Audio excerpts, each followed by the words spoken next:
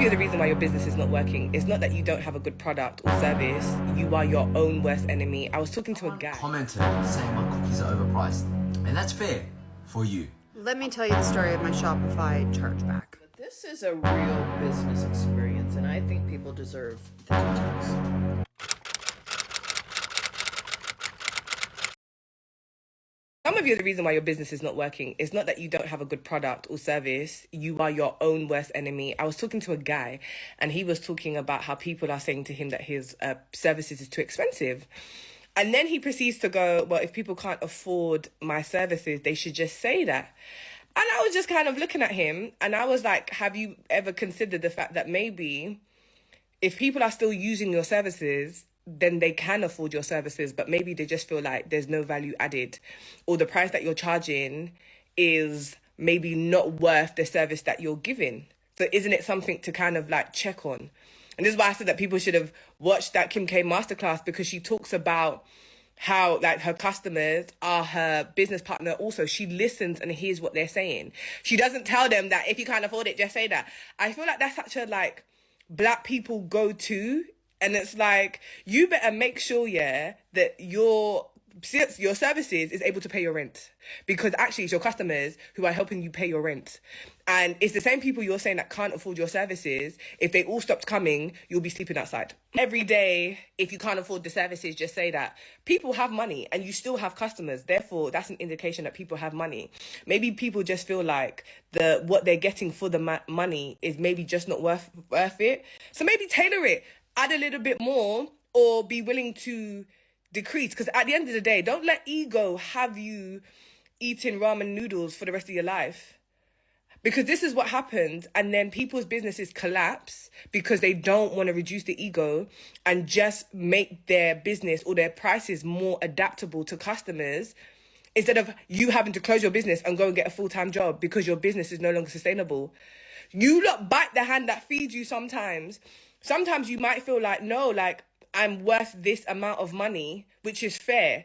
But at the end of the day, you need the customers coming in because you need the lights on. So tailor it a bit. Like, don't sit in ego. I feel like this is the issue with a lot of black businesses as well, because black people will be quick to tell you, well, if you can't afford it, I wouldn't be standing here if I can't, because I'm still using your services. I just might feel like, tailor it.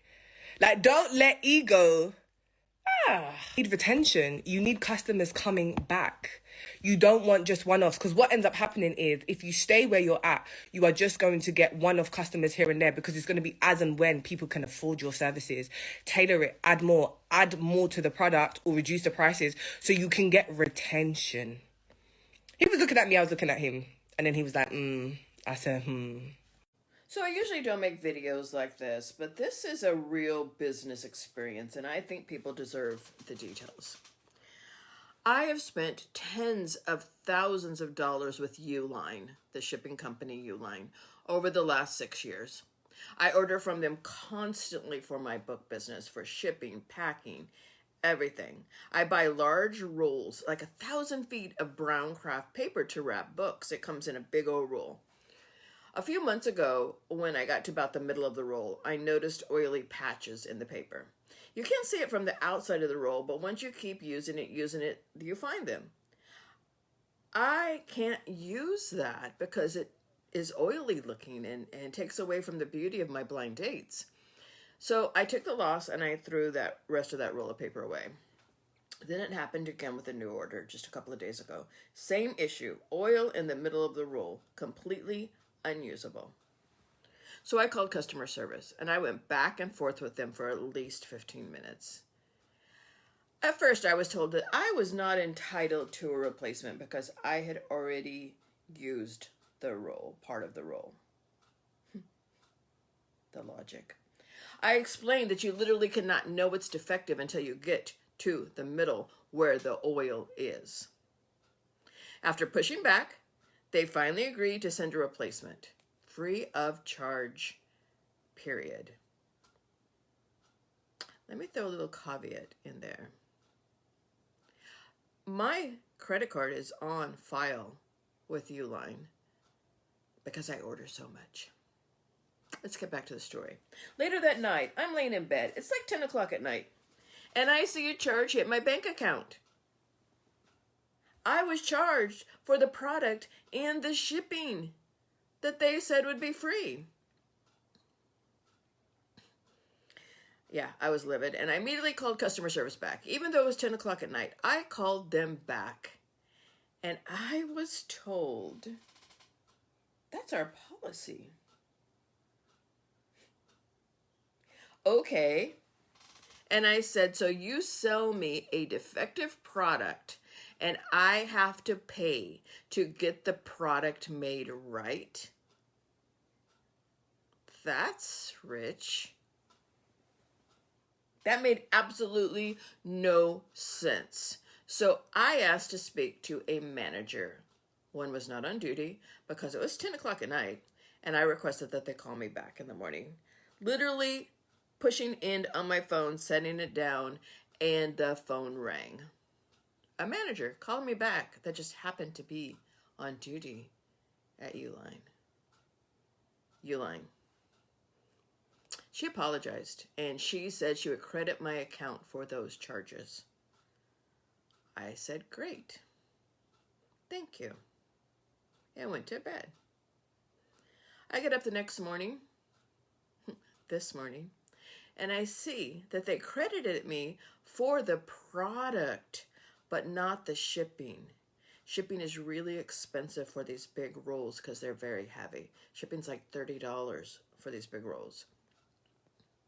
So they expect me to pay shipping to replace a product that was defective. Tell me how that makes sense. And I'm sorry, but that's not standing behind what you sell at all.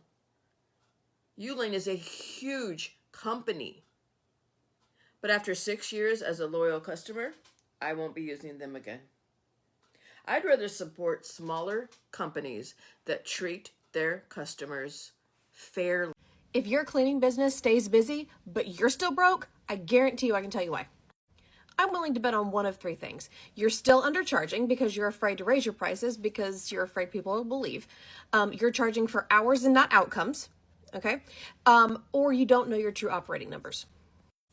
A full house clean should pay your cleaners, it should pay supplies, and it should pay you. Okay? If it doesn't, you don't have a business. You have a workout that you do on the clock. Why do you want to do that?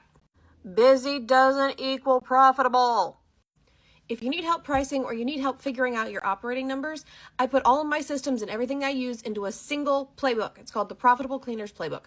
I can send you the link if you comment the word playbook down below. Okay? Love you so much. Talk soon. Someone commented saying my cookies are overpriced, and that's fair for you. I'm not forcing anyone to buy my cookies. If $2 cookies are your thing, go for gold. Respect, bro.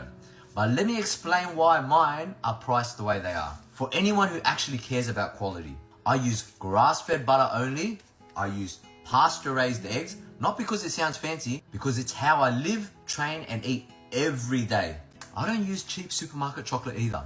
I use premium Coverture chocolate, because that's how you get that gooey melt when you break the cookie open. Cheap choc chips, microwave them all you want. They stay sad and chalky. I've tested both, there's a difference. If you're on a health or fitness journey, you already understand quality versus cheap shortcuts. If you're not, that's okay too. Everyone's at a different stage. I'm not judging your wallet, I'm just standing on my standards. Keep enjoying your $2 cookies, and I'll keep making cookies for people who care about ingredients, flavor, and quality. With love, cuz. Happy Valentine's Day. Hope you and your person enjoy whatever you choose, even if it's $2 cookies. Respect, bro. Okay, time for some real talk. So I grew up poor as shit in the Bay Area. Food stamps, Section 8, moving constantly, evictions, etc. And my entire life, I have always strived to do better, get better, have more money, have more security, have more ability, have more knowledge so I can grow and do better. And I have succeeded at doing this. I have opened businesses, I have made huge deals, I have built what I consider a very small empire for where I came from. And despite all that, 1 year of this administration has completely decimated our potential in this business. We can't sell lab diamonds anymore because the tariffs have increased by insane amounts. Gold has almost tripled. Silver has quadrupled. Platinum has tripled. People are not buying retail anymore. They're not interested in lab diamonds because the prices have gone up significantly. We're still selling them, but not as many. And gold has gone up so much that we're losing money on orders that we took a month and a half ago.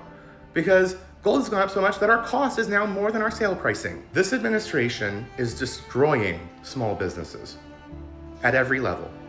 They will be going out of business. It will be consolidated to mega corporations, and you Trump voters will get what you want: a giant corporation controlling your country.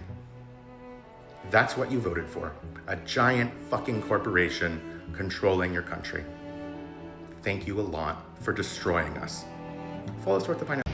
Y'all, waking up and seeing so many POC businesses like getting bullied into like shutting down today to show solidarity is so, I don't know what the word is, like so tone deaf. Like some of these businesses cannot afford to close.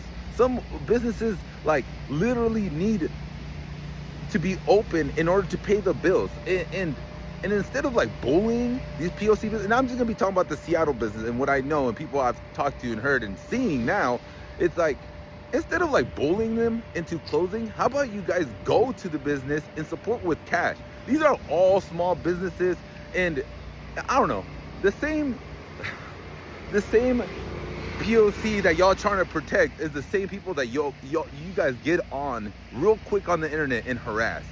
I don't know, man. It's fucking wild to me. And don't get it twisted. Don't act like they're not in support. Capitalism is killing all of us, seriously, and especially in Seattle. What do you think about businesses that charge 3% if you want to pay by credit card? Never charge a credit card fee. Just raise your prices by 3%.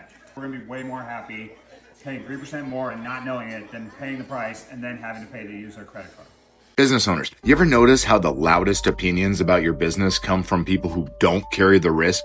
They question your prices, your hours, your decisions, from the safety of a paycheck or the sidelines. They don't see payroll due Friday, or the email you reread 5 times at midnight, or the knot in your stomach when a deal goes quiet.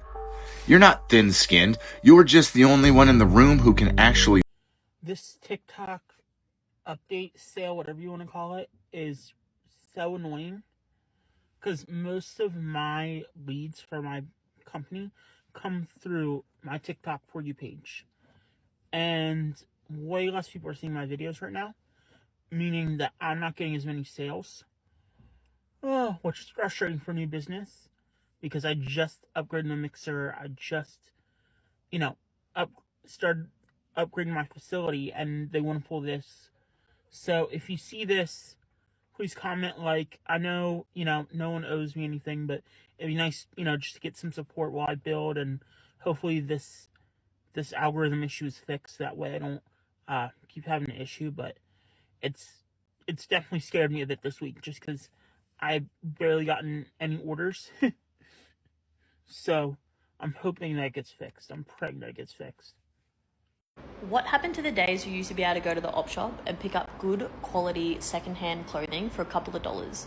Because I went to my local op shop hoping to get the kids a couple of nice things, just secondhand, and I could not find anything other than expensive Anko clothes. Yeah.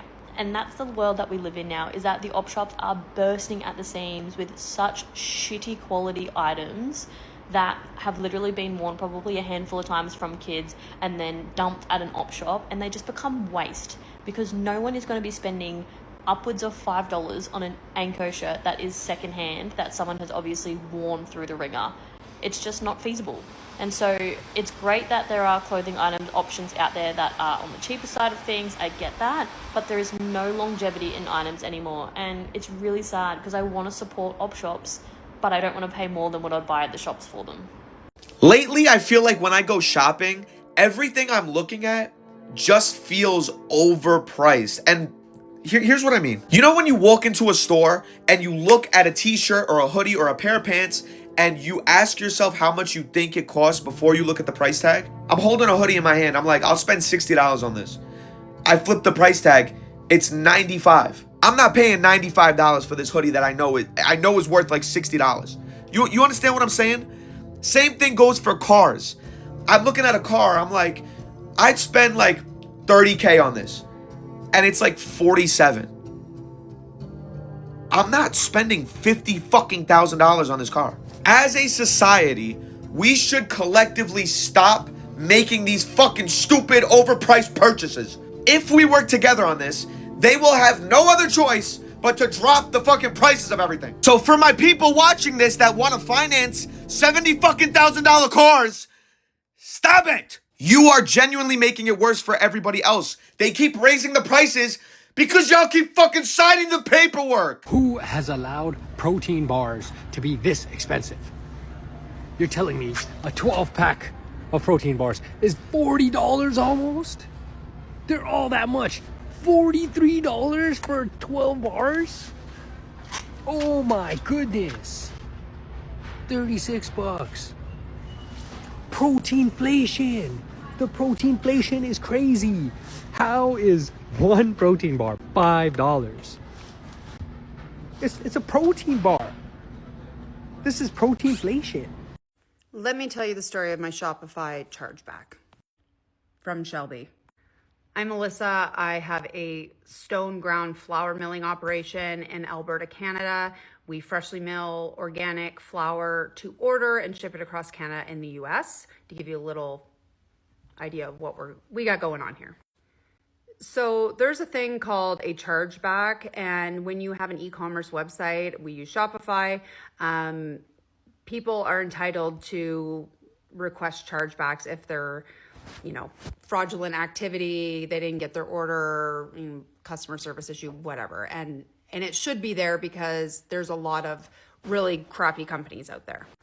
However, the story of Shelby is a little different because one thing that we do here at Better Basics, which is me, I provide good customer service. I really try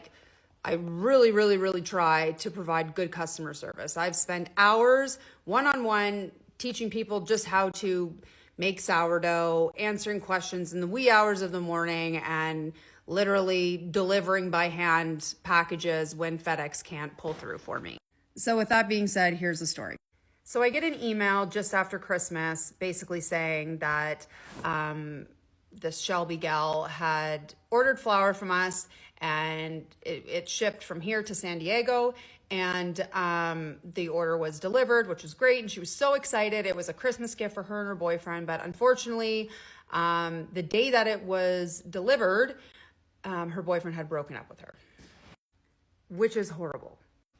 But what Shelby wanted was for us to resend her flowers that she had ordered and send it to her for free. So I politely wrote her back and I just said, I'm so sorry to hear that. That's terrible. Unfortunately, we cannot resend your product to you for free. It's been delivered. It was delivered to the address that you provided, and here is proof of delivery. And she said, yeah, I know it was delivered, but I can't get it, whatever. And so I said to her, because I felt bad for her, that I could reach out to her ex via email and just say that a parcel was delivered there, and we could have FedEx or UPS or whatever pick it up and then deliver it to her new home. Didn't hear anything back. Nothing. Ghosts. Crickets. Until we get a chargeback. So the chargeback through Shopify basically says that Shelby did not receive her product and that she wants her money back. And unfortunately for Shelby, we have proof of delivery because couriers do that. And we also have email correspondence between you and I where you say that your flour had been delivered. So instead of providing service to my other customers this morning, I had to spend that time dealing with chargebacks on Shopify and gathering evidence of the proof that I have to submit so that you're not trying to steal from me. Anyways, if you own a small business, I highly recommend you have certain statements in your terms and conditions online to protect yourself from fraudulent chargebacks.